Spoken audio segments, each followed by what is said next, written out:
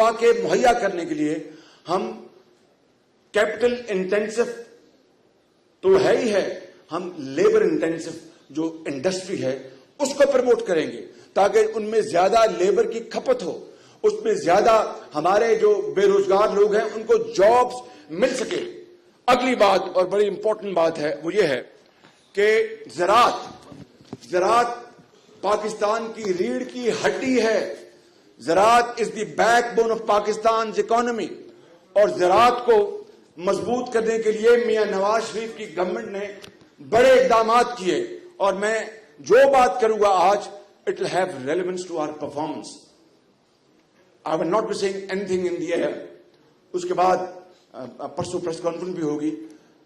ہم نے زراعت کے لیے کیا کام کیے؟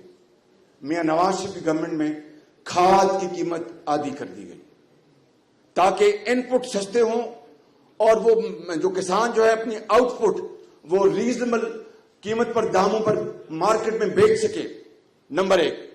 نمبر 2، اور اس کے